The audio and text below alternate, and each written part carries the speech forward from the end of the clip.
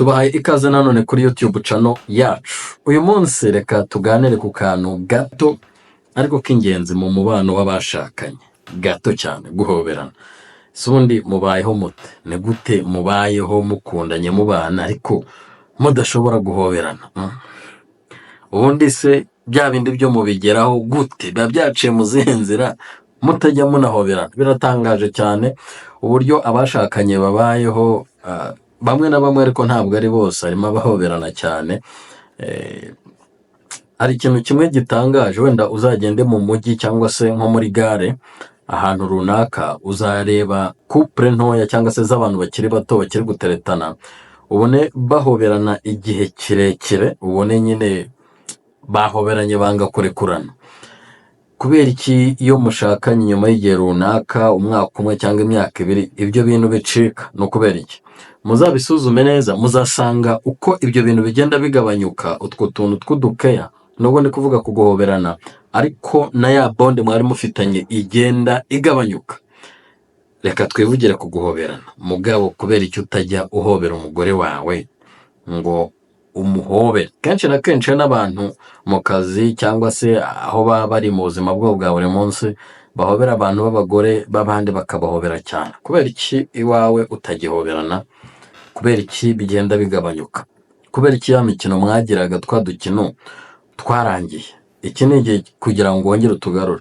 Wenda ushaka kuba usa naho tabanye neza n'umugore wawe muri iyi minsi, ariko nutangira kugenda uzana ku kantu ko kumuhobera buri gihe, wenda se mu gitondo cyangwa se uko uvuye ku kazi, ndabizi neza ko hari ikintu gitangaje kiri buhinduke mu mubano wanyu.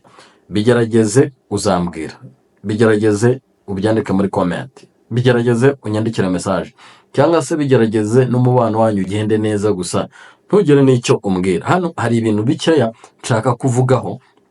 Tekereza uramutse wenda bitari birimo biragenda neza. Ikintu cya mbere kuguhoberana kwagufasha ni uko byongera bikagorora rwa rukundo, wa muriro w'urukundo mwari mufite mugiteretana.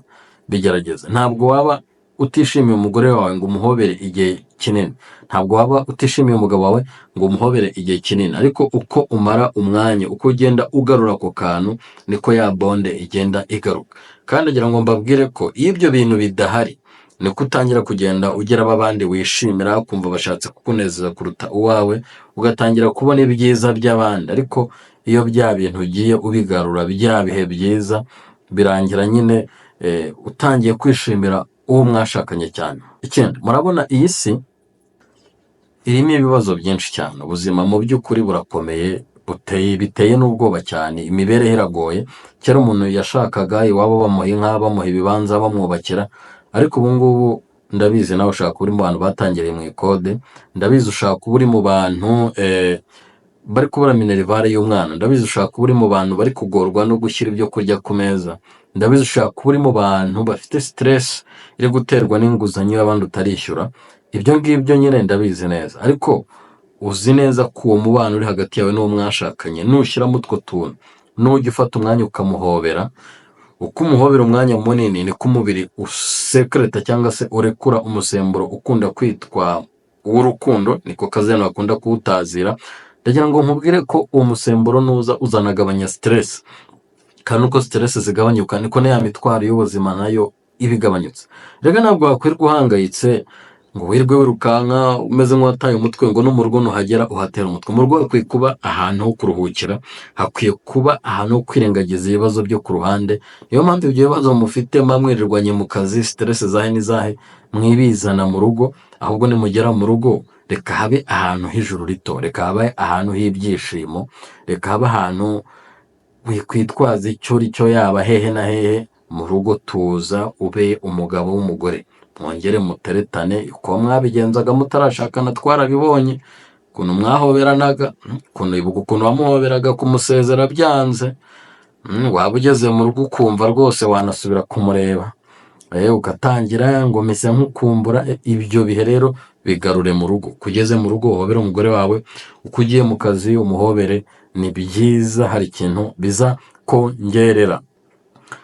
Ikindi, ubushakashatsi bwerekana ko abantu, tuvuge niba wenda mu rugo hari ibibazo runaka, iyo uhumurije uwo mwashakanye, abe se wenda umugore wawe, hari ikintu bimwongerera, hari ukuntu nyine yumva ibyo bibazo bigabanyutse, ariko bigashira bitewe n'uko umukozeho.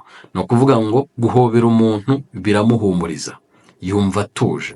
Kubera iki nyine niba umugore wawe ahangayitse cyangwa umugabo wahangayitse, kubera icyo utamuhobera kandi hari ikintu biri bumufashe mu buzima bwe, bigabanya umuvuduko w'amaraso, bituma umutima utera neza. Ijambo ry'Imana rivuga ngo umutima unezerewe ni umuti mwiza. Kubera iki nyine utabera mugenzi wawe isoko y'ibyishimo biturutse muri utwo tuntu dutoya? Ntabwo kuba umugabo ari ukuzinga umunyawe, ibyo byo barababeshye. Niba kandi ariko mubayeho, ndagira ngo mbabwire ko mubihiwe. Ntabwo umugabo ahora ari intare, nyine iyo bibaye ngombwa nyine urarikaruma ukayobora abo mu rugo bikagenda neza, ariko nta mpamvu yo kubaho ubabaye, guhana imitsi yareze. Ibyo bintu nta kintu byamarira wowe n'uwo mwashakanye, oya. Kandi nagira ngo mbabwire ngo ibyo hari icyo bimarira n'abana banyu. Buriya niba abana banyu babona muhora mugahoberana, ntekereza ko bizagorana kubona umwana ari umunyamujinya. Hari umwana uzajya gukora ukabona ararize.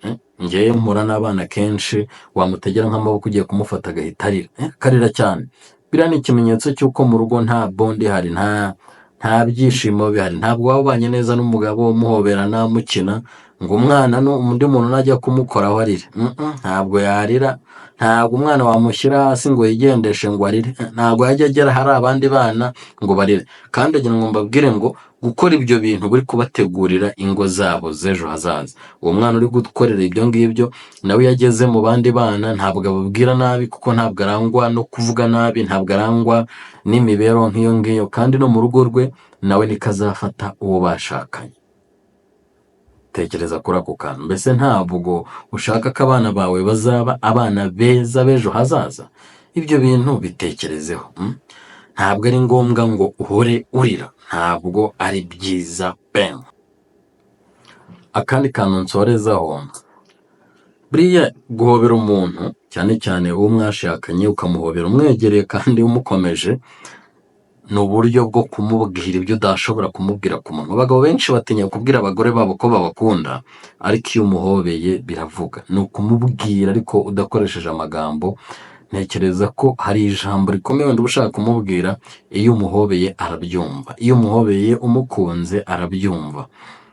Mwite ku guhoberana. Mugabo uri kureba iyi video wenda utaragera mu rugo, nugera mu rugo uhobera umugore wawe. Rega nta nubwo bigombera wenda ngo bibe ari iby'abatoya n'iby'abakuru, birahari. Hari exercice imwe nsorezaho uyu munsi yigeze kuba ahantu, bari abantu bakomeye mu itorero, bari bahamagaje bayobora abandi, ubwo twe tubita abakuru b'itorero. Noneho yari semina y'umuryango, yari imaze iminsi nk'itatu. Ku munsi wa nyuma rero bahamagara abafasha b'abo bantu, ubwo hazanye nabo bashakanye. Barangije babategeka ko bicarana. Noneho umupasiteri wari uyoboye iyo gahunda, tugiye gusoza arategeka guhaguruka, akajya abwira umugabo guhindukira akareba umugore we, maze ngo amubwire ko amukunda. Noneho arangije ababwira ngo bahoberane. Ariko ibintu byabaye ni agatangaza. Hari uwajyaga kubwira umugore ko amukunda, yarangiza akabikora areba nk'iri imbere, yanze kumureba, kumuhobera akamuhobera atamukozeho. Ariko nyuma iyo experience, bamaze gukora ibyo ngibyo, hari abantu bavuze bati njye kuva twabana n'ubwa mbere ampobeye, abagore ukabona barishimye. Ndagira ngo mbabwire ngo ni ikintu cyazana ibyishimo mu rugo. Mbese umaze igihe kingana iki udahobera uwo mwashakanye? Umaze igihe kingana iki? Ashobora kuba muri no kwenda gukora divorce, ariko nutaha ukamuhobera, nzi ko hari ishusho yindi biri buzane. Nzi ko hari ibintu byinshi byakemuka iwawe uramutse utangiye iki kintu cyo gutaha wagera mu rugo ukamuhobera. Rega ntabwo waba wamurakariye ngo umuhobere, ariko nanone ushaka kuba mwarakaranije, mwahoberana, kikaba nk'ikimenyetso cyo kubabarirana. Nawe agahita atekereza ko umubabariye utanarinze kuba wanabimubwira. Rero uyu munsi genda ubikore. Tubonye ibintu byinshi bitandukanye. Twabonye ko guhoberana biri mu bintu bigabanya umuvuduko w'amaraso. Twabonye ko biri mu bintu bituma umutima ukora neza. Twabonye ko biri mu bintu bituma umubiri urekora wa musemburo w'ibyishimo cortisol, ukagabanya stress kandi ukongera ibitotsi. Twabonye ko n'ibintu byinshi iyo umuntu ahoberanye aba yumva yishimye. Twabonye ko bigabanya imihangayiko.